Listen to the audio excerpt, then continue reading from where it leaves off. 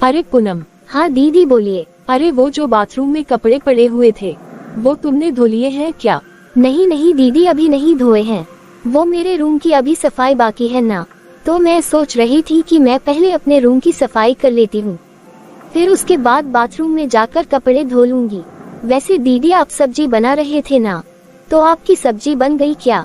अरे नहीं नहीं पूनम, मैंने अभी कहाँ सब्जी बनाई है। वो तब मुझे गोलू ने बुला लिया था, वो अभी बैठकर पढ़ रहा है ना, तो गोलू बोलने लगा कि मम्मा ये सवाल नहीं आ रहा है तो आप बता दो।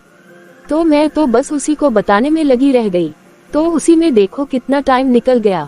तो बस इसलिए ही तो मैं तुम्हें देखने आई थी कि तुम अगर फ्री है तो अभी तुम खाना बना लेती। पर दीदी आपने तो मांझी से बोला था कि शाम का खाना तो आप खुद ही बनाएंगे, इसलिए ही तो मैंने भी छोड़ दिया।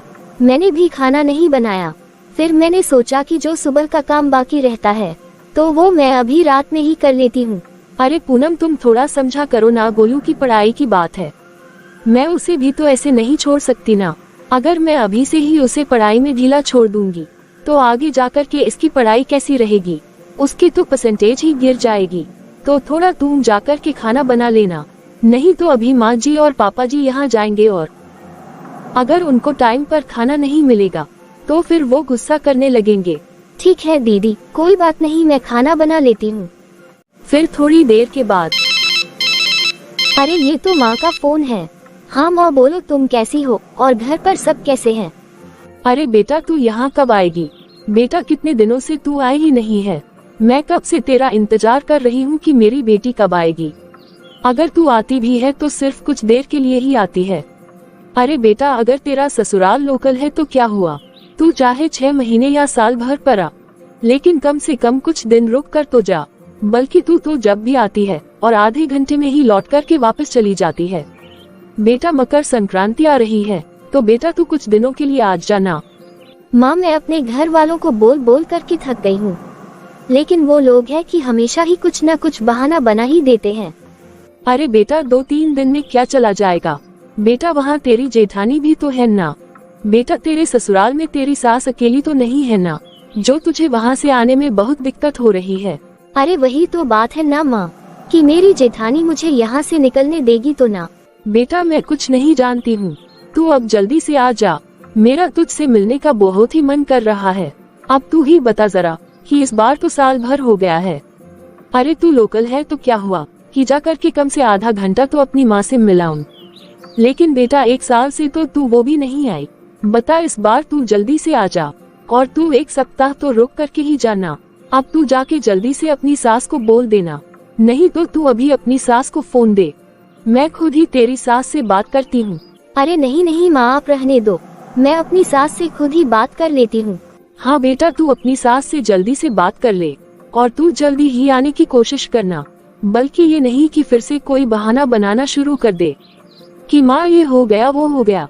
अब तू ही ज्यादा वहाँ की मालकिन बनकर मत रह, और तू जल्दी से यहाँ आ जा। हाँ ठीक है माँ। अरे क्या मेरे मायके जाने का मन नहीं होता है क्या? लेकिन मुझे यहाँ से जाने का अगर कोई ऑर्डर देगा तभी तो ना मैं अपने मायके जा पाऊंगी। अरे ये लोग हर समय तो मुझे काम में लगा के रखते हैं। कभी माँ जी कहती है कि बहू ये कर बहू वो कर, तो कभी मेरी जेठानी शुरू हो जाती है कि पूनम ये कर लो वो कर लो। अरे अभी तो पूरा घर के काम का बंटवारा हो गया है, लेकिन उसके बावजूद भी ये मेरी जेठानी कभी भी अपना काम खुद नहीं करती है, वो तो अपना सारा काम भी मेरे ऊपर ही डाल देती है। अब मैं करूँ तो क्या करूँ? माँ जी मुझे आपसे कुछ बात करनी है। हाँ बहू बोलो क्या बात है? वो माँ जी मेरे मायके से मेरी माँ का फोन आया था, तो मेरी माँ मकर संक्रांति पर मुझे मेरे मायके बुला रही है। अरे बहू लेकिन मकर संक्रांति तो यहाँ भी होगी ना, तो तू अपना ससुराल छोड़कर के अपने मायके कैसे चली जाएगी और अपने मायके में ही मकर संक्रांति मनाएगी? प्लीज माँ जी इस बार मुझे मेरे मायके जाने दीजिए ना, बल्कि हर मकर संक्रांति पर तो मैं यहाँ अपने ससुराल में ही तो रहती हूँ। लेकिन माँ जी इस बार मेरी माँ बहुत दिनों से बोल रही है कि आजा बेटा तू कुछ दिनों के लिए आजा, कितना समय हो गया है तुझे अपने मायके आए हुए। और देखिए मैं गर्मी की छुट्टी में भी जाने के लिए सोच रही थी, लेकिन उस समय दीदी अपने मायके चली गई थी, और माँ जी उस बीच में भी आपने बोला था कि बहू तू अपनी जेठानी को उसके मायके से आने दे, तो फिर तू उसके बाद चली जाना। लेकिन जब दीदी वापस आ गए थे तो उसके बाद मैंने आपसे जाने के लिए बोला, तो फिर तब दीदी के बच्चों के एग्जाम चालू हो गए थे, तो फिर उस समय भी दीदी ने मुझे जाने नहीं दिया था। तो माँ जी कम से कम अब तो आप मुझे जाने दीजिए ना। अरे पूनम, तुम ये क्या बोल रही हो कि तुम मेरे बच्चों के कारण अपने मायके नहीं गई थी? तुम सच क्यों नहीं बोलती हो? बल्कि उस बार तुझे तेरे मायके जाने से देवर जी ने रोका था, ना कि मैंने तुझे जाने से रोका था। या फिर तू मेरे बच्चों के लिए थोड़ी ना रुकी थी? अरे अगर मैं माँ जी के पास नहीं हूँ तो मतलब ये तो नहीं है ना कि तू माँ जी के सामने मेरी कुछ भी शिकायत कर देगी। अरे ये आप क्या बोले जा रही हैं? उस समय आपने ही तो मुझे अपने बच्चों के कारण रोका था। अरे दीदी, आप इतनी जल्दी भूल कैसे जाती हैं? अरे तू चुप कर पूनम, तू उस समय अपने पति के कारण नहीं गई थी और उसकी बदनामी तू मेरे बच्चों पर डाल रही है। अरे अगर तुझे अपने मायके जाना है तो फिर चली जाना, भला यहाँ तुझे कौन रोक रहा है? और बोल रही है कि मैं रोक रही हूँ। अरे भला मैं तुझे तेरे मायके जाने के लिए क्यों रोकूंगी? अरे तू अपनी सास से या फिर अपने पति से मायके जाने का ऑर्डर ले लेना और फिर तू जैसे मर्जी चली जाना। कम से कम तू मेरे ऊपर तो बदनामी मत डाल। तो फिर ठीक है दीदी, मैं आपके ऊपर बदनामी नहीं डाल रही हूँ। माँ जी आप मुझे जाने दीजिए ना। माँ जी मैं बस 1 सप्ताह रुक करके ही वापस आ जाऊंगी। मैं वहाँ पर इससे ज्यादा दिन नहीं रुकूंगी। मैं सिर्फ 1 सप्ताह ही अपने मायके रुक करके आ जाऊंगी। अरे तू वहाँ 2 दिन रुक जाना, तेरे लिए तो 2 दिन ही काफी हैं। भला तू 1 सप्ताह रुक करके क्या करेगी? वहाँ तुझे अपना घर बसाना है क्या? हाँ हाँ बहू, बड़ी बहू तो बिल्कुल सही बोल रही है। तुझे वहाँ 1 सप्ताह रुकने की क्या जरूरत है? तू 2 दिन में आ जाना। ठीक है माँ जी, आप 2 दिन बोल रहे हैं ना, तो ठीक है मैं 2 दिन में ही वापस आ जाऊंगी। चल फिर ठीक है बहू, तू जा। तो फिर ठीक है माँ जी, मैं अपनी जाने की तैयारी कर लेती हूँ। हाँ ठीक है बहू, तू जा। माँ जी मैं एक बात कहूँ क्या? हाँ कहो बहू। अब आप ही बताए ना माँ जी कि ये पूनम 2 दिन के लिए अपने मायके जा रही है और यहाँ मेरे बच्चों के एग्जाम्स आने वाले हैं और एग्जाम्स में ये महारानी अपना मायके जाकर बैठी रहेगी, तो माँ जी यहाँ पर घर का काम कौन करेगा? अब आप ही बताए माँ जी कि आपको और पापा जी को सुबह टाइम पर नाश्ता देना है, फिर टाइम पर खाना देना है और फिर टाइम पर रात का खाना देना है। तो फिर माँ जी ये तीनों टाइम का खाना मैं कैसे कर पाऊंगी? मेरे 2 बच्चे हैं और माँ जी आपको तो पता ही है कि 2 बच्चों को संभालना कितना मुश्किल हो जाता है। अरे बहू अब उसे जाने देना, उसको अपने मायके गए हुए भी तो पूरा 1 साल हो गया है ना, और तू भी तो अभी अभी गर्मी की छुट्टी में अपने मायके गई थी ना। ऐसे उसका भी तो अपने मायके जाने का मन होगा, तो कोई बात नहीं, तू उसे अभी जाने दे। तो माँ जी आप उसे अपने सर पर चढ़ा लीजिए ना। अरे शादी के बाद तो लड़की के लिए उसका ससुराल ही उसके लिए सब कुछ होता है। ये तो हमेशा ही अपने मायके के लिए पागल रहती है कि मुझे मायके जाना है, मुझे मायके जाना है। अरे कौन कहाँ जा रहा है? हम लोग कहीं नहीं जा रहे हैं देवर जी, आपकी पत्नी ही अपने मायके जाने के लिए पागल हो रही है। अच्छा तो ये जा रही है? तो और नहीं तो क्या देवर जी। अब आप ही बताए देवर जी कि अभी यहाँ मेरे बच्चों के एग्जाम्स आने वाले हैं और इस समय में मैं अपने बच्चों पर ध्यान ना दूं क्या? या फिर इस समय घर के कामों में ध्यान दूंगी? अगर मैं अपने बच्चों की पढ़ाई पर ध्यान नहीं दूंगी तो फिर मेरे बच्चों के नंबर्स तो कम आएंगे ना। अरे भाभी तो फिर आप पूनम को बोल दीजिए ना कि वो बच्चों के एग्जाम्स के बाद चली जाएगी। अब मैं कैसे मना कर सकती हूँ देवर जी, जब माँ जी ने पहले ही बोल दिया है कि बहू तू जा, चली जा, तो फिर वो जाने के लिए तैयार हो गई। अगर अब मैं उसे जाने से मना करूँगी तो फिर तो मैं ही बदनाम हो जाऊंगी ना। तो फिर तो वो ये ही बोलेगी ना कि मेरी जेठानी तो हमेशा अपने मायके जाती है और मुझे कहीं भी जाने नहीं देती है। अरे भाभी आप टेंशन मत लीजिए, मैं हूँ ना, मैं अभी उसे मना कर देता हूँ। हाँ यही सही रहेगा देवर जी। लेकिन बेटा तू मेरी बात तो सुन। अब आपको क्या हुआ माँ, बोलो। अरे बेटा उसकी माँ इतने दिनों से फोन कर कर के बुला रही है और वो कितने समय से अपने मायके नहीं गई है, तो तू उसे जाने देना। अरे वो केवल मकर संक्रांति में ही तो जा रही है, बस 2 दिन रुक करके वो आ जाएगी। तू क्यों उसके पीछे लगा हुआ है? वाह माँ जी वाह, त्योहार के लिए आपकी बहू मायके जा रही है। भला यहाँ पर त्योहार नहीं मनाया जाता है क्या? अरे बहू तू ये सब क्या बोले जा रही है? अरे तुम उसकी जेठानी हो, कम से कम थोड़ा सा तो तू अपनी देवरानी के बारे में भी सोचना। अरे अभी तो उसके बच्चे भी नहीं हुए हैं और वैसे भी बच्चे हो जाने के बाद वो कहाँ कहीं जा पाएगी। फिर उसे भी कहीं जाने का मौका नहीं मिलेगा। अरे तेरे तो दो बच्चे हो गए हैं, लेकिन उसके बाद भी तू हर 6 महीने पर अपने मायके से होकर आ ही जाती है। ठीक है माँ जी, मैं इस घर में आपकी बहू थोड़ी ना हूँ। आपकी बहू तो केवल छोटी बहू ही है, तो आप मुझ पर थोड़ी ना आप ध्यान देंगे। मैं यहाँ चाहे मर मर कर काम करूँ, चाहे जैसे भी जिस हाल में करूँ, आपको तो ये सब नहीं दिखता है। आपको तो इतना भी नहीं दिखता है कि अगर चाहे वो मेरे बच्चे हैं, लेकिन आपकी पोता पोती भी तो है ना। चाहे उन दोनों की पढ़ाई खराब हो जाए और उन दोनों के नंबर खराब हो जाए, लेकिन हाँ, आपकी बहू का मायका छूटना नहीं चाहिए। भाभी आप गुस्सा मत होइए, मैं पूनम को रोकता हूँ। चलो शुक्र है इस बार जेठानी जी ने नहीं रोका। चलो अब मैं जल्दी जल्दी अपनी पैकिंग कर लेती हूँ, फिर मैं सुबह को ही निकल जाऊंगी। वैसे भी इस बार तो मुझे 2 दिन रुकने को मिल रहे हैं ना, इसलिए मैंने पहले ही सारा काम कर दिया है, ताकि मेरे जाने के बाद दीदी को ज्यादा काम करने में तकलीफ ना हो। पूनम जरा सुनो। हाँ बोलिए ना, अभी मैं थोड़ा बिजी हूँ। अरे इसलिए ही तो मैं तुम्हें बुला रहा हूँ। अरे अब आपको क्या हुआ? तुम मुझे जरा ये बताओ, जब तुम्हें भाभी नहीं जाने के लिए बोल रही है, तो तुम क्यों जबरदस्ती जा रही हो? ये आप क्या बोल रहे हैं जी? मैंने तो अभी तो माँ जी से और दीदी दोनों से ही पूछा है, और अभी तो माँ जी ने ही तो बोला है कि बहू तू जा अपने मायके जा और 2 दिन के लिए रुक करके आ जाना।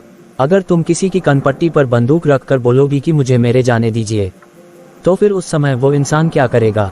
अरे हम लोग यहाँ एक साथ मिलकर रह रहे हैं, तुम ऐसा तो काम मत करो ना। पूनम तुम घर में फूट डालने की कोशिश मत करो। अरे ये आप क्या कह रहे हैं जी, कि मैं घर में फूट डालने की कोशिश कर रही हूँ? अरे मैं केवल 2 दिन के लिए अपने मायके ही तो जाना चाह रही हूँ, और वैसे भी मुझे मेरे मायके गए हुए पूरा 1 साल हो गया है, और मेरी जेठानी साल में 2 बार अपने मायके जा करके आ जाती है। अरे मेरा मायका तो लोकल है, तो इसका मतलब क्या कि मैं अपने मायके जाऊँ ही नहीं? जब भी जाऊँ बस आधे घंटे में ही होकर के आ जाऊँ। अरे कम से कम आपको मेरे बारे में भी तो सोचना चाहिए, और आप मेरे पति होकर इस तरह की बातें कर रहे हैं। आपको मेरे ऊपर कभी भी जरा से भी दया नहीं आती है। अब तुम ज्यादा नौटंकी मत करो, समझी ना? अभी तुम्हें कहीं जाने की कोई जरूरत नहीं है, तुम चुपचाप से घर में रह करके भाभी के कामों में उनकी मदद करो। अरे दीदी को काम ही क्या करना है, मैं 2 दिन का सारा काम तो खत्म करके जा ही रही हूँ, तो फिर अभी आप लोगों को क्यों प्रॉब्लम हो रही है? और वैसे भी शनिवार और रविवार को कौन सा दीदी के बच्चों का स्कूल रहता है, और सोमवार तक तो मैं आ ही जाऊंगी ना। वो सब मैं कुछ नहीं जानता हूँ, अभी उनके बच्चों के एग्जाम्स शुरू हो रहे हैं, तो भाभी उनकी तैयारी पहले से ही करवा रही हैं, तो मुझे तुम्हें लेकर के कुछ भी सुनने को ना मिले, इसलिए ही तुम्हें मैं मना कर रहा हूँ कि तुम अभी कहीं भी नहीं जाओगी। ये एक मेरे पति हैं जो कभी भी मेरा साथ नहीं देते हैं, और एक जेठ जी भी तो है जो दीदी का हर चीज में कितना साथ देते हैं। दीदी जहाँ बोलती हैं, जेठ जी उन्हें वहाँ लेकर जाते हैं। और ये मेरे पति भी हैं जो हमेशा ही अपनी भाभी के चुंगल में ही रहते हैं। एक ये मेरी जेठानी ने तो मुझे इस घर में नौकरानी ही बनाकर रखा है। वो ना ही कहीं मुझे जाने देती है और ना ही घर से हिलने देती है, और खुद ही मेरे चारों तरफ घूमती रहती है। ये औरत तो 2 बच्चे के होने के बाद भी कितनी भाग्यशाली है, जिनका पति हमेशा उसकी तरफ से ही बोलता है, और मेरा पति तो अपना दिमाग ही अपने पास नहीं रखता है। जैसे इनकी भाभी बोलेगी बस ये वैसे ही सुनेगे। अरे जब शादी हो जाती है तो इसका मतलब ये नहीं है कि एक लड़की पूरी तरीके से ससुराल की ही बनकर रह जाती है। अरे उसके खुद के कुछ अरमान नहीं होते हैं क्या? उसकी अपने माँ बाप से मिलने की ख्वाहिश नहीं होती है क्या? अरे मैं भी जानती हूँ कि जिंदगी भर मुझे यहीं पर रहना है, लेकिन मेरे अपने माँ बाप भी तो है ना, मेरी उन्हें भी देखने का तो बहुत इच्छा होती है ना। आखिर अब मैं करूँ तो क्या करूँ? बहू सुनो जरा। हाँ माँ जी, आपको कुछ काम था क्या? नहीं बेटा, मुझे कोई काम नहीं है, बल्कि बेटा मैं तो तुझे ये बोलने आई थी कि तुझे अपने मायके जाना है ना, तो तू जा, आराम से जा। क्या सच में माँ जी? अरे हाँ बहू, मैं तुझे बोल रही हूँ ना, बल्कि बहू तुझे तेरी सास बोल रही है कि तू अपने मायके में जा और अपनी माँ से मिल कर के आ जा। और बहू तू लगभग 1 सप्ताह तो रुकेगी ही ना। अरे ये देखो तो जरा, फिर से माँ जी ने हाँ कर दी है। अच्छा पूनम, अगर तू जा रही है तो वापस कब तक लौटेगी? दीदी मैं पूरे 1 साल के बाद जा रही हूँ ना, तो मैं कम से कम 1 हफ्ते तक रुकने की सोच रही हूँ। क्या? अरे 1 हफ्ता कुछ ज्यादा नहीं हो गया?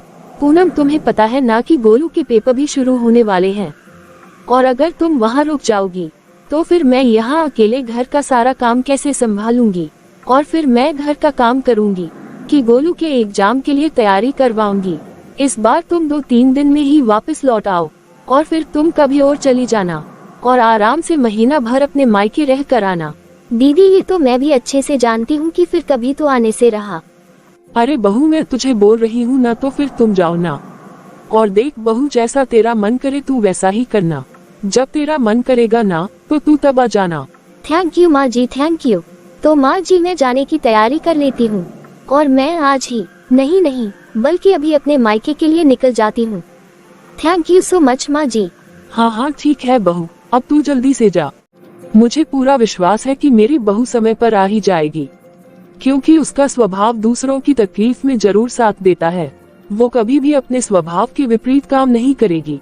और वैसे भी उसका पति भी तो उसका साथ कहाँ देता है। इसका पति तो उल्टा इसकी ही गलती निकालने लगता है। फिर पूनम जल्दी से अपना सामान पैक करती है और खुशी खुशी अपने मायके चली जाती है। और पूनम की माँ और भाभी पूनम को देखकर बहुत ही खुश होते हैं। अरे पूनम, तुम नाश्ता करो ना, बल्कि तुम तो ऐसे ही बैठी हुई हो और सिर्फ बातें ही किए जा रही हो। हाँ भाभी, मैं अभी नाश्ता करती हूँ ना। अरे आपने इतने प्यार से मेरे लिए नाश्ता बनाया है और मैं नहीं करूँगी क्या? पूनम, तुम इस बार 1 सप्ताह तो रुक रही हो ना? कहीं ये तो नहीं ना कि तुम 2 घंटे में ही हम सब से मिलकर वापस चली जाओगी? अरे हाँ भाभी, मैं इस बार रुक रही हूँ। मैं इस बार 2 घंटे में नहीं जाऊंगी भाभी। अच्छा तो फिर ठीक है पूनम, तुम नाश्ता करो, मैं जब तक तुम्हारे लिए गर्मा गर्म कॉफी बनाकर लाती हूँ। हाँ भाभी। अब मैं क्या बोलती भाभी को कि मैं ज्यादा दिन नहीं रुक रही हूँ। चलो कोई बात नहीं भाभी, अब मुझे जितने दिन मिले हैं कम से कम मैं उतने दिन तो यहाँ आराम से बिता लूँ। अरे अब तू क्या सोचने लग गई मेरी बिटिया? अरे नहीं माँ, मैं भला क्या सोचने लगूंगी। मायके का मतलब क्या होता है माँ? की मस्ती, सुकून और आजादी। अब तो इस बार मकर संक्रांति में यहाँ आई हूँ, तो माँ मैं इस बार यहाँ पर जी भर के मस्ती करूँगी। अरे हाँ बेटा, क्यों नहीं, इसलिए ही तो मैंने तुझे मकर संक्रांति में बुलाया है। बहू, ओ बहू। हाँ माँ जी। देख बहू, तेरी नंद इस बार मकर संक्रांति में आई है, तो बाद में तुम इसे अच्छे से ले देकर ही विदा करना, समझी ना? बल्कि बहू, कोई नाक कटवाने वाली बात नहीं करना। अरे नहीं माँ जी, आप टेंशन क्यों ले रहे हैं? मैंने तो पहले से ही सोच रखा है कि मैं पूनम को अच्छे से शगुन देकर ही विदा करूंगी। आप इसके बारे में बिल्कुल भी टेंशन मत लीजिए। अरे पूनम, बेटी आई है। हाँ पापा, नमस्ते। अरे खुश रहो बेटा, खुश रहो। बेटा, जैसे ही मुझे पता चला ना कि तू आई है, तो मेरी तो काम करने की जरा सी भी इच्छा ही नहीं हो रही थी।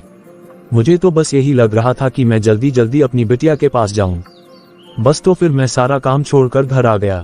आइए ना पापा, आप बैठिए ना। हाँ बेटा, मैं बस अभी हाथ पैर धोकर आता हूँ। और बेटा, तू ये बता कि तू शाम के नाश्ते में क्या खाएगी? मैं सोच रहा हूँ कि मैं तेरे वो रामू काका के होटल से ना तेरी मनपसंद कचौरियाँ लेकर के आता हूँ बेटा। और हाँ जी, आप वो इमरती भी लाना मत भूलिएगा। आपको याद है ना कि आपकी बिटिया को बचपन से ही कचौड़ी के साथ इमरती खाना बहुत ही पसंद है। हाँ भाग्यवान, मुझे अच्छे से याद है। मैं अभी जाकर लेकर आता हूँ। बस हाथ पैर धो करके और चाय पी करके लेकर आता हूँ। बहू, बेटा तू जा और मेरे लिए कड़क चाय बना कर ले आ। जी पापा जी, मैं अभी लेकर आई। तू देख रही है ना बेटा कि तेरे पापा और तेरी भाभी तेरे आने से कितना खुश हैं। बेटा, अभी तो तेरा भाई ऑफिस गया हुआ है। जब तेरे भाई को पता चलेगा तो वो भी बहुत खुश होगा। इतने दिन से हम लोग बस यही चर्चा कर रहे थे कि पूनम को यहाँ आए हुए 1 साल हो गया है। अभी तक मेरी बिटिया हम लोगों से मिलने नहीं आई है। लेकिन कोई बात नहीं बेटा, तू इस बार 1 सप्ताह तो रुकने का तो प्लान बना कर आई है ना। बस इसी में मैं बहुत खुश हूँ। फिर थोड़ी देर के बाद, अरे ये क्या, इनका फोन आया था? मैंने तो फोन देखा भी नहीं और ना ही मुझे पता चला। पता नहीं ये मेरे बारे में क्या सोचेंगे कि मैं मायके जा करके उन्हें भूल ही गई हूँ। और मैं अपने परिवार में इतनी खो गई हूँ कि मुझे फोन उठाने की फुर्सत भी नहीं है। अब मैं क्या करूँ? क्या मैं इन्हें फोन कर लूँ? अरे नहीं, मैं अभी इन्हें फोन नहीं करूँगी। अगर मैं अभी फोन करूँगी तो ये तुरंत ही बस यही बोलेंगे कि मैं कब वापस आ रही हूँ। फिर 2 दिन बाद, देखते ही देखते ऐसे ही 2 दिन निकल गए कि पता ही नहीं चला। और पता भी नहीं चला कि आज तीसरा दिन है। मुझे तो सुबह से ही बहुत टेंशन हो रही है। अब मैं यहाँ रुकूं या नहीं रुकूं? अगर मैं घर वापस नहीं जाऊंगी तो बिना वजह ही घर में टेंशन का माहौल हो जाएगा, और वैसे भी जेठानी जी का मुंह तो वैसे ही बन जाएगा। मैं ऐसा करती हूँ कि इनके पास फोन कर लेती हूँ। हेलो, अरे यार तुम तो मायके जाकर भूल ही जाती हो। मैंने कितनी बार तुम्हें फोन किया था, लेकिन तुमने तो उठाया ही नहीं। अरे नहीं जी, वो मैं भाभी के साथ मार्केट गई थी ना, तो शायद उसी में आपकी कॉल नहीं देख पाए, सॉरी। अच्छा तुम ये बताओ कि तुम कब तक आ रही हो? अरे ये आप क्या कह रहे हैं जी, अभी मुझे यहाँ आए हुए 2 ही दिन तो हुए हैं, और 2 दिन में मैं कैसे आ जाऊँ? अरे अब तुमने 2 दिन रह तो लिया है ना, इन 2 दिनों में तुम्हारा अपने मायके से मन नहीं भरा क्या? अब बस बहुत हो गया, बस अब तुम वापस चली आओ, भाभी को भी यहाँ तुम्हारी जरूरत है। ये मेरे पति होते हुए भी कभी भी अपनी पत्नी का मनोभाव नहीं समझे, और न ही इन्होंने कभी भी मेरे दर्द को समझा। मेरे मायके की प्रति मेरी ललक को वो हमेशा गलत निगाहों से ही देखते हैं। मुझे सब कुछ अच्छे से पता है कि मेरे पति मेरा साथ कभी भी नहीं देंगे, और मुझे ना चाहते हुए भी अब मुझे मेरे ससुराल जाना ही होगा। ऐसा क्यों होता है कि मेरा पति मेरा साथ नहीं देता है? क्या मेरे पति मुझे मेरे मायके में 1 सप्ताह के लिए रुकने के लिए नहीं बोल सकते थे? ये क्या फिर से इनका फोन आ रहा है? अरे यार तुमने फोन काट दिया था क्या? नहीं तो, मैंने फोन नहीं काटा। अच्छा तो चलो कोई बात नहीं, बल्कि तुम ये बताओ कि तुम कब आ रही हो? अरे अभी इतनी जल्दी मैं कैसे आ जाऊं जी? अरे क्यों, क्या हुआ? तुम्हें कौन सा वहाँ 56 भोग मिल रहे हैं जो तुम यहाँ नहीं आना चाहती हो? अरे तुम्हें अपने मायके में ना तो कोई सुख मिलता है और ना ही कोई सुविधा मिलती है, फिर भी पता नहीं क्यों तुम वहाँ जाने के लिए मरती रहती हो। पता नहीं तुम कब समझोगी। अपना घर ही अपना होता है, और पिंजरा पिंजरा ही रहता है, चाहे वो कितना कीमती या किसी भी धातु से क्यों ना बना हो। अरे अपने घर की दीवार चाहे मिट्टी से ही क्यों ना बनी हो, लेकिन हर लड़की को वही प्रिय होती है। अरे पूनम तुम यहाँ। अरे रोशनी, आओ आओ बैठो ना। अरे तू तो मुझे याद ही नहीं करती है, तू तो मुझसे कभी मतलब ही नहीं रखती है। अरे तू तो मुझे एक फोन भी नहीं करती है। अरे सहेलियां ऐसी होती है क्या? बल्कि मैं यहाँ जब भी आती हूँ तो मैं हमेशा तेरे घर का एक चक्कर लगा ही लेती हूँ, कि कहीं अगर तू अपने मम्मी से मिलने आई होगी तो तेरे से मुलाकात हो जाएगी। और देखो आज मैं तेरी उम्मी से मिलने आए और तेरे से मुलाकात हो ही गई। अरे रोशनी, अब मैं तुझे क्या बोलूं? मैं अपने ससुराल में इस तरह से फंस गई हूँ ना, कि मैं तो कुछ बोल भी नहीं सकती हूँ। अरे मैं अपने लोकल मायके और लोकल ससुराल के चक्कर में मैं कभी यहाँ आती भी हूँ ना, तो वो भी सिर्फ घंटे या 2 घंटे के लिए ही आती हूँ। अब तू ही देखना यार, अब आज ही मुझे यहाँ से निकलना है। बल्कि मैं तो यहाँ पूरे 1 सप्ताह के लिए रुकने आई थी, और अभी मुझे यहाँ आए हुए सिर्फ 2 ही दिन हुए हैं। लेकिन आज मेरे पति का बार बार फोन आ रहा है कि वो आज शाम को ही मुझे ले जाने के लिए आ रहे हैं। क्या यार, हम लोग पूरे 3 साल के बाद मिल रहे हैं और अब तू आज ही चली जाएगी? यार मैं भी कभी माँ के पास इतनी जल्दी आती ही नहीं हूँ, और जब मैं आती हूँ तो तू अपने ससुराल रहती है। एक तो इस बार हम दोनों संजोग से मिले हैं, और अब तू भागकर यहाँ से जा रही है। अरे यार अब मैं क्या बोलूँ, मेरा ससुराल लोकल है ना, तो मुझे रुकने का सौभाग्य ही नहीं मिलता। हाँ यार, तू लोकल होकर नहीं आ पाती, और मैं इतनी दूर हूँ कि जब भी आना होता है तो उसके लिए पहले ट्रेन में रिजर्वेशन करवाओ, फिर उसके बाद बच्चों को भी साथ में अकेले लेकर के आओ।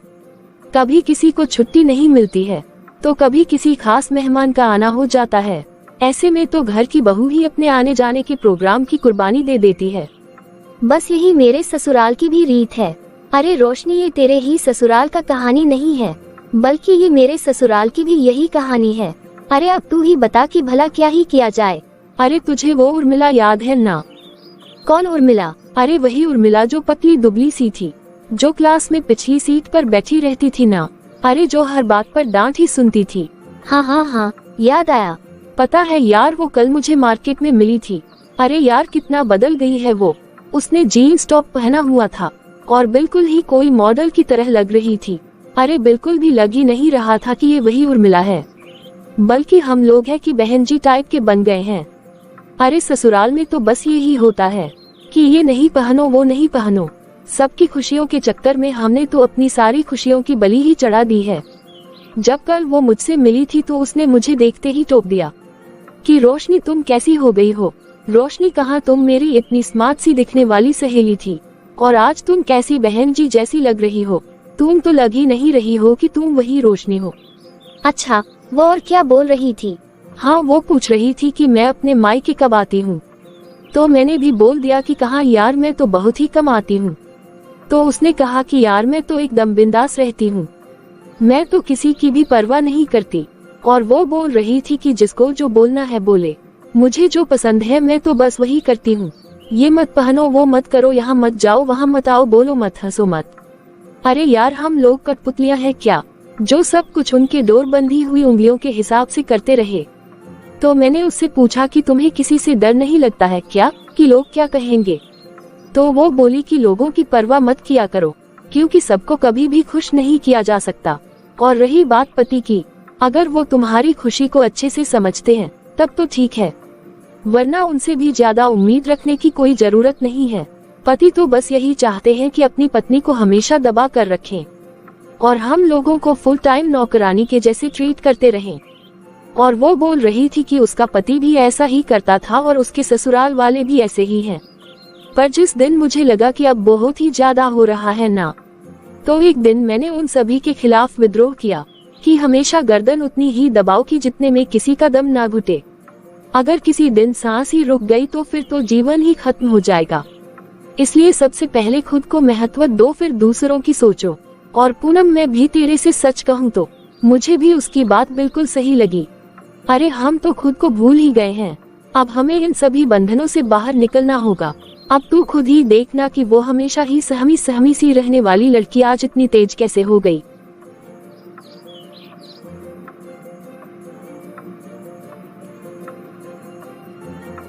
तो अब तुम क्या सोच रही हो, क्या तुम आज ही अपने ससुराल जा रही हो कि या फिर मना कर दोगी? हाँ, देखती हूँ यार कि क्या करना है, मुझे तो कुछ समझ ही नहीं आ रहा है। चल फिर ठीक है यार, मैं चलती हूँ। दिन भर से सोचते सोचते तो शाम हो गई है और इनका भी आने का वक्त हो रहा है, लेकिन मुझे तो समझ ही नहीं आ रहा है कि आखिर मैं करूँ तो क्या करूँ। नमस्ते माँ जी, पूनम कहाँ है, उसे मैं लेने आया हूँ। अरे दामाद जी आप बैठिए तो सही, मैं अभी पूनम को बुलाती हूँ। पहले मैं क्या थी और अब मैं क्या बन गई हूँ। अब ये भी मुझे लेने आ गए हैं। काश मैं उनको फोन करके मना कर देती। अब मैं क्या करूँ? अगर अब मैंने इन्हें मना किया तो ये नाराज हो जाएंगे और वो सोचेंगे कि मायके में किसी ने मेरे कान भरे हैं। एक तो मेरे पति वैसे ही मेरे मायके को लेकर के गुस्सा रहते हैं, यदि उनके दिमाग में गलती से भी ये बात आ गई तो फिर वो तो मेरे मायके के खिलाफ ही हो जाएंगे। पूनम, हाँ भाभी। अरे दामाद जी आए हैं और तुम्हें बुला रहे हैं। ठीक है भाभी, मैं अभी आई। अरे ये क्या पूनम, तुम अभी तक तैयार नहीं हुई हो? अरे तुम्हें चलना नहीं है क्या? हाँ जी, नहीं चलना है। क्या क्या मतलब है तुम्हारा? हाँ जी, मुझे मेरी तबीयत खराब सी लग रही है। अरे तो क्या हुआ, तबीयत तो ठीक हो जाएगी ना। तुम क्या वहाँ पर जेल में रहोगी जो वहाँ पर तुम्हारी तबीयत ठीक नहीं होगी? जेल से कम भी तो नहीं है ना। अगर मेरा काम करने का मन नहीं होगा तो भी मुझे जबरदस्ती काम करना पड़ेगा ना। अभी मेरी हालत ऐसी भी नहीं ना है कि मैं कोई काम कर सकूं। और वैसे भी आप तो कुछ समझते ही नहीं है। छोड़िए जी, आज मैं नहीं जाऊंगी। देख लो पूनम, तुम क्या कह रही हो, तुम जरा अच्छे से सोच समझ लो। आज अगर तुम मेरे साथ नहीं चली ना तो मैं तुम्हें फिर से लेने भी नहीं आऊंगा, फिर तुम्हें खुद ही वापस आना होगा। अरे पूनम, तुम्हें क्या हो गया है और ये तुम क्या बोल रही हो बेटा? एक तो दामाद जी तुझे लेने आए हैं और फिर वो सही ही तो कर रहे हैं। अगर तुम्हें नहीं जाना था तो तुम पहले ही दामाद जी को बता देती कि तुम अभी नहीं जाना चाहती हो, तो उन्हें इतनी परेशानी भी नहीं होती। ठीक है माँ, अगर तुम्हें नहीं पसंद है ना तो मैं चली जाती हूँ, किंतु माँ मेरी आत्मा यही रह जाएगी और केवल मेरा शरीर ही चला जाएगा। अब दोबारा ये शरीर तुम्हारी देही पर कभी भी नहीं आएगा। अरे इसे क्या हो गया है आज? चलिए जी। फिर पूनम उदासी भरा मन लेकर अपने पति के साथ अपने ससुराल वापस आ जाती है और वो रास्ते में कुछ भी नहीं कहती और ना ही कोई बात करती है और आते ही अपने कमरे में चली जाती है। अरे पता नहीं आज इसे क्या हो गया है, इसने ना तो रास्ता घर में कुछ बात की और ना ही इसने घर पर आकर कुछ भी बात की है, और ये वापस आकर के बस रो ही रही है। पता नहीं इसे आज क्या हुआ है। फिर दूसरे दिन, यही है मेरी किस्मत और बस यही है मेरी जिंदगी। कि सारे लोगों को खुश रखना और घर के सारे काम करना। अपमान और उपेक्षा, यही तो रह गया है मेरी जिंदगी में। अरे पूनम, तेरा दिमाग कहाँ रहता है? पता नहीं सारा दिन क्या सोचते रहती है और किधर देखकर काम करते रहती है। आखिर तेरा हाथ जल ही गया ना। चल अब जल्दी से खाना रेडी कर ले, मैं गोलू को पढ़ा रही हूँ। वास्तव में तो किसी को भी मेरी कदर नहीं है। क्या मैं इस घर में एक सम्मानित बहू हूँ? क्या मैं एक पति के दिल की मालिक हूँ क्या, या फिर एक सफल पत्नी हूँ? शायद बिल्कुल भी नहीं। अब तो अपने मायके में अपनी माँ की बातें सुनने के बाद अब तो मैं मायके की दुलारी लड़की भी नहीं रही। घर में माता पिता, सास ससुर, पति के दिल की रानी और किसी की भी निगाह में अब मैं योग्य नहीं हूँ। लेकिन नहीं, अब नहीं, अब बस बहुत ही गया। अब मैं किसी की भी कठपुतली नहीं बनूंगी। मेरे जलते हुए हाथ को देख कर के भी किसी को मेरे ऊपर ना ही दया आए और ना ही सहानुभूति आए। प्रेम की तो बात ही दूर है। अब मैं केवल खुद के लिए ही जीऊंगी। वाह, शाम होने को आई है और ये महारानी आराम से सो रही है। अब मैं इससे क्या बोलूं? अब शाम का काम मुझे ही करना पड़ेगा। अगर अभी इसे उठाऊंगी तो फिर मैं ही गलत दिखूंगी कि मैं अपना काम नहीं करती। देखा, अगर मैंने काम नहीं किया तो ये मेरी जेठानी कैसे बर्तन पटक रही है। जितने बर्तन पटकने हैं उतने पटक लो। मैं तो अब अच्छे से समझ रही हूँ कि ये सब क्यों हो रहा है। अगर मैं खाना बनाने नहीं जाऊंगी ना तो ये मेरी जेठानी अपनी पुरानी हरकतें करना तुरंत ही स्टार्ट कर देती है। लेकिन अब मैं बिल्कुल भी परेशान नहीं होंगी। क्या बात है बहू, तुम मुझे कुछ परेशान लग रही हो। बेटा, तेरी तबीयत तो ठीक है ना? नहीं माँ जी, मेरा काम करने का मन नहीं है और मेरी उंगली भी जल गई है। मेरी उंगली में बहुत ही दर्द हो रहा है। अरे मैं भी इंसान हूँ, मुझे भी दर्द होता है। अभी छोटी बहू का दिमाग ठीक नहीं है। अभी कुछ भी बोलने पर बात बिगड़ सकती है। मैं कल सुबह इससे बात करूंगी। फिर अगले दिन सुबह। चलो अब सुबह हो गई है। अब मैं पूनम से पूछती हूँ कि आखिर उस क्या हुआ है। माँ जी सुनिए। हाँ बहू बोलो। माँ जी, मैं कुछ काम से बाहर जा रही हूँ तो शाम तक मैं लौट आऊंगी। अरे बहू, तू कहाँ जा रही है? माँ जी, मैं कुछ जरूरी काम से जा रही हूँ। आखिर इसे हो क्या गया है? माँ जी सुनिए। हाँ बहू बोलो। माँ जी, ये आपकी छोटी बहू को आखिर क्या हो गया है? पता नहीं बड़ी बहू, ये तो मुझे भी नहीं पता। फिर शाम के समय। अरे पूनम, ये तुम कहाँ से आ रही हो? अरे ये क्या माँ जी, ये तो बिना कोई जवाब दिए ही अपने कमरे में चली गई। फिर रात के समय। पूनम चलो चलकर खाना खा लो। नहीं, मुझे भूख नहीं है, मैं खाना खाकर आई हूँ। फिर दूसरे दिन सुबह। अरे अब तुम ये सुबह सुबह कहाँ जा रही हो? चलो बच्चों का नाश्ता बनाना है, उन्हें स्कूल जाने के लिए देरी हो रही है। तो फिर मैं क्या करूँ? अगर देरी हो रही है तो आपके बच्चे हैं तो नाश्ता भी आप ही बना लीजिए। मैं आपकी नौकरानी नहीं हूँ। अरे जिस गाय को मैं पिछले 2 सालों से अपने इशारों पर नचा रही थी, आज उस गाय ने मुझे ही सींग दिखा दिए। माँ, आखिर पूनम को हो क्या गया है? ये तो मुझे भी नहीं पता बेटा। तुम दोनों के बीच में कोई झगड़ा हुआ था क्या? नहीं माँ, कोई झगड़ा नहीं हुआ है। लेकिन हाँ माँ, वो अपने मायके से जल्दी वापस आना नहीं चाहती थी, पर उसकी माँ ने जबरदस्ती उसे ये कहकर भेज दिया था कि अब यही उसका घर है। तो फिर वो बहुत ही उदास हो गई थी और घर आकर भी ऐसे ही उदास होकर बैठी हुई थी। लेकिन पता नहीं माँ उसे यहाँ पर ऐसी हरकतें करने में क्या मजा आ रहा है। ये पूनम बहुत ही बदतमीज होती जा रही है। इसका तो कुछ ना कुछ इंतजाम तो करना ही पड़ेगा। अरे तू क्या इंतजाम करेगा बेटा? जहाँ तक मैं समझ रही हूँ कि पूनम बहुत ही परेशान है। अरे बेटा, तू उसका पति है।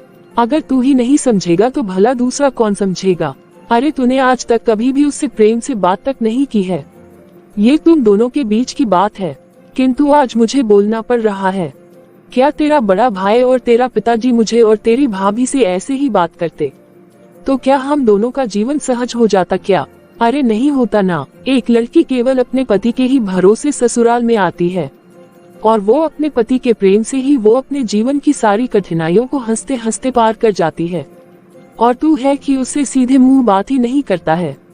तो फिर आखिर वो बेचारी क्या करेगी? अरे माँ, सही ही तो बोल रही थी कि जब भी पूनम अपने मायके जाने के लिए मेरे से पूछती थी तो मैं हमेशा तो उसे डांट कर ही तो कहता था कि क्या तुम हर समय मायके जाने की रट लगा कर रखती हो। और उसके बाद जब मैं उसे जाने देता था तो मैं साथ में ये भी तो बोल देता था कि तुम चली तो जाओ लेकिन जल्दी से आ जाना, नहीं तो फिर लौट कर कभी मत आना। और ना मैं कभी भी उसे मैं कहीं पर घुमाने लेकर के गया। और ना ही कभी मैंने उसे उसकी पसंद की कोई चीज ला कर दी। जब वो दिन भर के काम के बाद थक जाती थी तो मैं उसे क्या कहता था कि तुम काम ही कितना करती हो, जो तुम इतना थक जाती हो। और पूनम चुप हो जाती थी, वो मुझे कुछ भी नहीं कहती थी और मैं पूनम की चुप्पी को उसकी सहमति मान लेता था। मैंने कभी भी उसकी इच्छा के बारे में नहीं सोचा, मैंने सिर्फ और सिर्फ उससे सभी फर्ज पूरे करवाए हैं। लेकिन ये पता नहीं सुबह सुबह कहाँ गई है। मैं उससे फोन कर लेता हूँ। अरे ये फोन क्यों नहीं उठा रही है, आखिर इसे क्या हो गया है। हो सकता है कि शायद वो अपने मायके गई हो। चलो कोई बात नहीं, मैं शाम को एक बार उसके मायके में फोन करके बात कर लूंगा। फिर शाम के समय, अरे ये क्या, ये तो यहाँ सो रही है और ये इतनी जल्दी कैसे सो गई। और ये अपने मायके से वापस कब आई मुझे तो पता ही नहीं चला। और इसने अभी खाना भी नहीं खाया है और ये ऐसे ही भूखी सो गई। चलो कोई बात नहीं, मैं अभी इसे तंग नहीं करूंगा, मैं पूनम से सुबह बात करता हूँ। फिर दूसरे दिन सुबह, अरे पूनम तुम तैयार होकर कहाँ जा रही हो। अरे ये क्या, इसने तो कोई जवाब नहीं दिया और चली गई। पूनम, अरे पूनम, अरे पूनम रुको ना। हाँ जी कहिए, क्या बात है। यहाँ नहीं, चलो तुम मेरे साथ चलो। ये आप मुझे यहाँ क्यों लेकर आ गए। क्या बात है पूनम, तुम कुछ परेशान सी लग रही हो और तुम 2-3 दिन से सुबह सुबह कहाँ चली जाती हो। मैंने कल तुम्हें बहुत ढूंढा भी था और मैंने कल तो तुम्हारे मायके में भी फोन किया था, लेकिन तुम ना अपने मायके थी ना अपने दोस्तों के यहाँ थी। तो तुम हर रोज कहाँ जाती हो। अच्छा तो आखिर आप ये जानना चाहते हैं कि मैं रोज कहाँ जाती हूँ। बाकी मेरी किसी बात से तो आपको कोई फर्क नहीं पड़ता है ना। अगर आपको फर्क पड़ता भी होगा तो वो भी सिर्फ इस बात को लेकर कि अब मैं सबकी सेवा में उपस्थित क्यों नहीं हूँ। बस शायद यही वजह होगी ना कि जो आज आप मुझसे बात करने के लिए मजबूर हो गए, वरना आपको कहाँ मेरी फिक्र थी। अरे नहीं पूनम, ऐसी कोई बात नहीं है, मैं बस थोड़ा व्यस्त था। लेकिन मैं इतना व्यस्त होने के बाद भी एक चीज तो भूल ही गया कि तुम मेरी पत्नी हो। जी नहीं, आप ये बात गलत बोल रहे हैं, बल्कि आप तो ये भूल गए थे कि मैं भी एक इंसान हूँ। पत्नी होना तो दूर की बात है। हाँ पूनम, मैं जानता हूँ कि सारी गलती मेरी ही है। मैंने तुम्हें कभी भी इज्जत नहीं दी, बस यही विडंबना है समाज की। जब तक पति अपनी पत्नी की इज्जत नहीं करता तो उसकी भी कोई भी इज्जत नहीं करता। सही कहा ना मैंने। पूनम, मुझसे बहुत बड़ी गलती हो गई है, तुम प्लीज मुझे माफ कर दो। क्योंकि अगर हम इन सब बातों का हिसाब करने बैठेंगे तो हमारे जीवन के कुछ महत्वपूर्ण पल उन्हीं कड़वाहट का हिसाब करने में निकल जाएंगे। इसलिए पूनम, हो सके तो तुम प्लीज मेरी सारी गलतियों को माफ कर दो। बिल्कुल भी नहीं। अगर मैं फिर पहले जैसी हो गई ना तो फिर मेरे संकल्पों का क्या ही मतलब होगा। आप ये जानना चाहते हैं ना कि मैं हर रोज कहाँ जाती हूँ, तो सुनिए, मैं कोचिंग क्लासेस जाती हूँ क्योंकि मैं जॉब करना चाहती हूँ और मुझे अपनी जॉब का फॉर्म भरना है और जॉब करके अपने पैरों पर खड़ा होना है। शांत हो जाओ पूनम, तुम शांत हो जाओ। मैं बहुत ही अच्छे से जानता था कि तुम कहीं गलत जगह पर नहीं जाती हो। बस मैं तो इसलिए चिंतित था कि तुम कहाँ जाती हो। तुम ना तो अपने दोस्तों के घर जाती हो और ना ही अपने मायके जाती हो, तो आखिर तुम जाती कहाँ हो। अरे आपको तो मेरे मायके जाना तो बिल्कुल भी पसंद नहीं है, क्योंकि आप तो हर वक्त मेरे घर वालों की बुराई करते हैं और हर वक्त मुझे सुनाते ही रहते हैं कि तुझे तो बस अपना मायका ही पसंद है। आप मुझे सच सच बताए कि मैं शादी के बाद कुल कितने दिनों के लिए अपने घर गई हूँ। अरे ये तो मैं खुद ही नहीं जानती हूँ। आपको तो केवल अपनी और अपनी भाभी की जरूरत दिखाई देती है, लेकिन किसी को मेरी जरूरत नहीं दिखती, किसी की भी मेरा मन नहीं दिखता। मैं तो सिर्फ अपने माँ बाप के साथ के लिए तड़पती हूँ। लेकिन अब तो मेरी माँ भी डरती है कि कहीं आप किसी बात को लेकर नाराज ना हो जाएं। इसीलिए तो माँ ने मुझे उस दिन कह दिया था कि मैं अपने घर चली जाऊं। अब आप ही बताएं कि इस संसार में मेरा क्या ही रह गया है। ना ही वो मेरा घर है और ना ही ये घर मेरा रहा। बस तुम मुझे एक मौका दे दो, मैं तुमसे वादा करता हूँ कि तुम जो चाहती हो मैं वही करूँगा। मैं मानता हूँ कि मैं गलत हूँ, मेरा तरीका गलत हो सकता है। अरे हो सकता नहीं, बल्कि आपका तरीका बिल्कुल ही गलत है। अगर आपने मुझसे कभी भी कहा होता कि मैं तुम्हारे बिना नहीं रह सकता, तो क्या मैं तब भी मायके जाने की जिद करती? नहीं पूनम, मैं ये बिल्कुल भी नहीं कर सकता, क्योंकि वो तुम्हारा घर है, तुम्हारा परिवार है और तुम्हारे माँ पापा भाई बहन सभी के सभी हर समय तुम्हारी प्रतीक्षा करते रहते हैं। ऐसे में मैं इतना स्वार्थी कैसे हो सकता हूँ? अच्छा, अगर आप इतने स्वार्थी नहीं हो सकते हो लेकिन कठोर हो सकते हैं, पत्नी को सुना सकते हैं, तंग कर सकते हैं, लेकिन प्रेम नहीं दिखा सकते, क्योंकि आप तो अपनी पत्नी को प्रेम दिखाकर छोटे हो जाएंगे ना। चलो पूनम, आज तुमसे मैं एक वादा करता हूँ कि तुम जो चाहती हो वो करो। तुम जॉब करना चाहती हो तो करो, तुम घर का काम मत करो, तुम सबकी उंगलियों पर नाचने वाले कठपुतली मत बनो, तुम मेरे घर की यानी कि अपने घर की महारानी बनकर रहो। सब कुछ करो लेकिन तुम अपने मायके मत जाओ पूनम। अच्छा ये सब छोड़िए ना, चलिए घर चल कर के साथ में चाय पीते हैं। हाँ चलेंगे ना, लेकिन मेरे घर पर नहीं, तुम्हारे घर पर। तुम्हारी माँ के हाथ की बनी हुई चाय का स्वाद तुम्हारे हाथ से तो कहीं ज्यादा ही अच्छा है। अभी तो आप कह रहे थे कि सब कुछ करो पर मायके मत जाओ। अरे मैं मजाक कर रहा था पगली। अब चलो ससुराल चलते हैं। मतलब? अरे पगली मतलब मेरे ससुराल। तो देखा अपने दोस्तों कि कैसे मेरे पति और मेरे ससुराल वाले मुझे उंगलियों पर नाचने वाले कठपुतली समझते थे और मुझे कहीं भी अपनी मर्जी से जाने नहीं देते थे। तो इसलिए उन्हें ये समझाना बहुत ही जरूरी था कि मैं ही इंसान हूँ, मुझे भी बुरा लगता है। मैं किसी की उंगलियों पर नाचने वाली कठपुतली नहीं हूँ। और देखिए मैंने उन्हें ये अच्छे से समझा भी दिया। तो मैं आशा करती हूँ दोस्तों कि आपको हमारी ये कहानी जरूर पसंद आई होगी। यदि आप लोगों को हमारी यह कहानी पसंद आए हो तो प्लीज आप इस वीडियो को लाइक करें और इसी तरह की मोरल स्टोरी देखते रहने के लिए हमारे चैनल पीकाबू हिंदी कहानियों को सब्सक्राइब करें।